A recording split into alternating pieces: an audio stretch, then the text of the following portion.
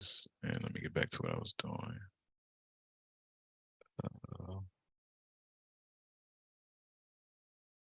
Just 1 second.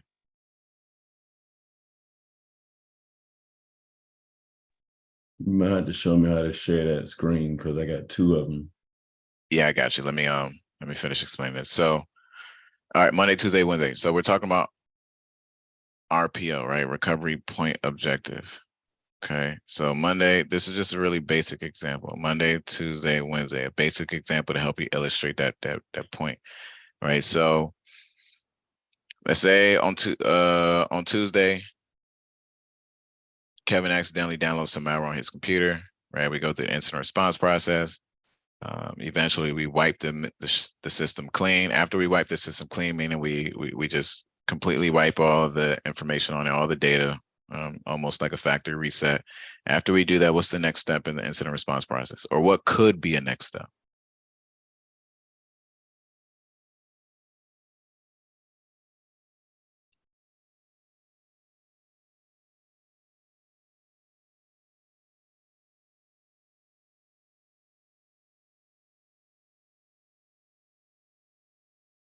Anybody want to take a stab at it? Next step in the incident response process after we eradicate.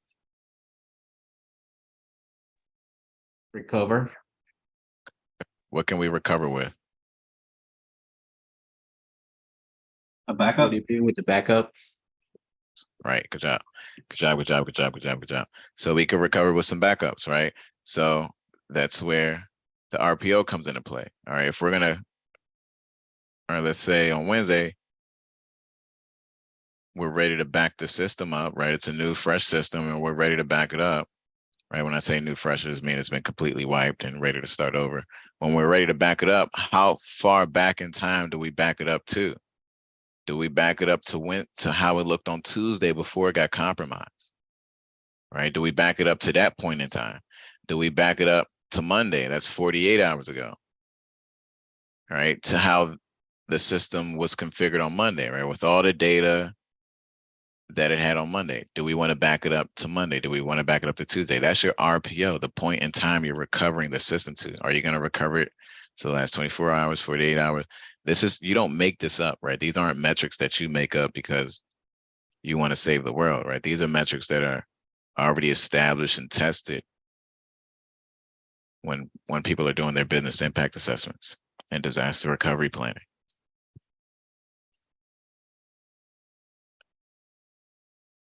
Did that help, Alicia? Yeah, so will we back up, would it be the Monday for that example? It depends. Right, it depends. I didn't pick an RPO, but it depends on what the RPO is. If the RPO was 48 hours ago, then we would, in that example, we would back up to, we would use Monday's backup tape. Right, if it was 24 hours, 4 hours, 8 hours, 1 hour, 5 minutes, it depends on the company's SOPs. Because I know for one of the questions on the study guide, it said like back up a whole week before, like a ransomware attack, but I wasn't sure why we were going so far back. That's probably just the logic that CompTIA was using. The RPO, and maybe it, you know, some RPOs may be a week, right? There may be a company out there where their RPO is a week. Okay, I mean, some can argue the case for it to be backed up to a week prior. Some can argue the other case, right? Some might say it's just more secure, right? Maybe depending on the type of attack that happened, maybe there isn't. It's the risk is high. It's reduced if we back up to a week before. Some other people would say, hey, you know, there's too much data missing. Let's back up 24 hours ago. But that's how the RPO comes into play, right? That's how it's created. It's through that talk, through that those discussions going back and forth, whether it's an argument or you're just discussing. That's how it's created, right? And it's through trial and error, different tests, different things are going on to help you create that, like different tabletop exercises.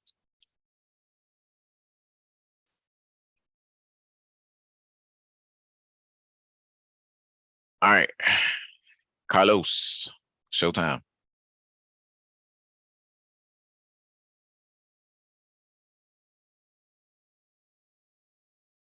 Can you hear me, Carlos? Yeah, I'm trying to get my screens right. Okay. So I'm sharing the screen here.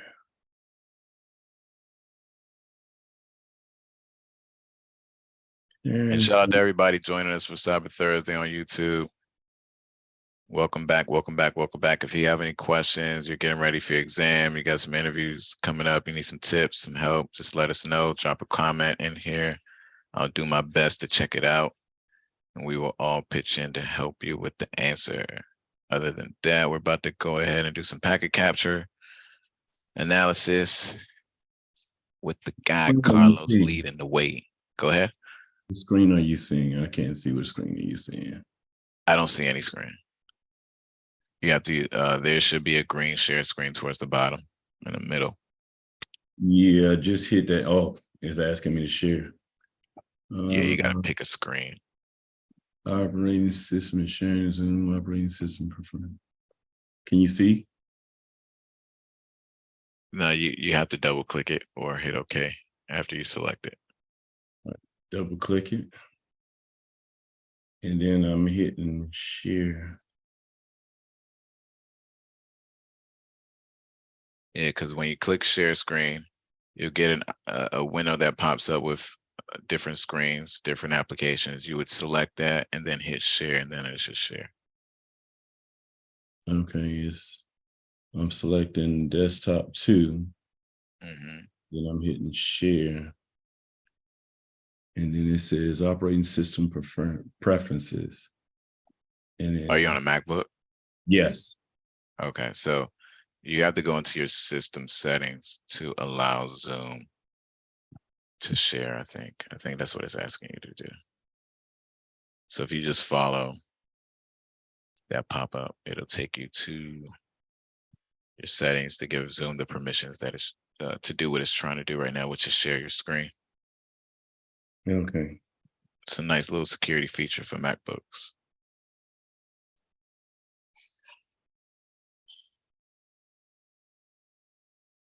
So I hit the Zoom.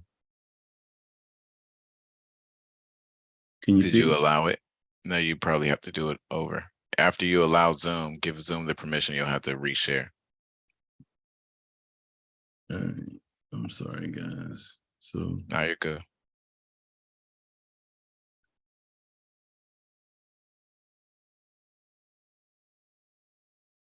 it's asking me to quit or respawn or reopen. And then I see leave meeting and I see give face back. And then it says cancel. Wait, what are you looking at? I'm looking at a screen that says Zoom. It says allow the application below. And Right. then And is Zoom checked? There may be a checkbox next to it or some way to select it. yeah, it's a slide bar thing. And I hit that. And then it says maybe not able to record the content of your screen until it is quit. Yeah, I'm not sure what's going on. We might have to try this another time. So you should simply be able to give Zoom permission, right? You'll get like that prompt that you got on your screen that takes you to your system tray, your system settings, and then from there, you should. It used to be a checkbox, but I'm not sure what it looks like now, right? You would have to just give Zoom the permissions, right? You usually should just hit the checkbox and then there should be like a lock icon maybe at the bottom left to unlock it so you can actually select Zoom, give Zoom the permissions, and then you lock it back up, hit OK or accept, and then relaunch the share. Or maybe it's asking you to quit Zoom to start over. I'm not sure. Yeah, that's what it's asking me to do. It's asking me to quit it and then start all over. Okay. Yeah, now it's okay. We can do it another time. I don't want to keep everybody waiting. Because I don't know, it might do some updates when you quit it. And the updates might take some time too. But we could definitely give it a shot.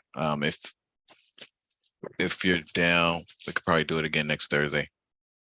That's fine. I want to get it out. So yeah. Yeah. And then what we can do is if you're still having the same issues, we can square it away. Well, I'll try to do this again, another time so that we can square it away way before Thursday. What you think? Yeah, for sure. For sure. That's the goal. I apologize, man. My goodness. No, you're good, man. You're good. Hey, trial and error. That's how you learn. I don't know what's gonna happen once I hit leave meeting. It's gonna leave the meeting. Yeah. Yeah, but I don't. Yeah, I don't matter. Okay. No, it's all good. It's all good. It's all good. It's all good. All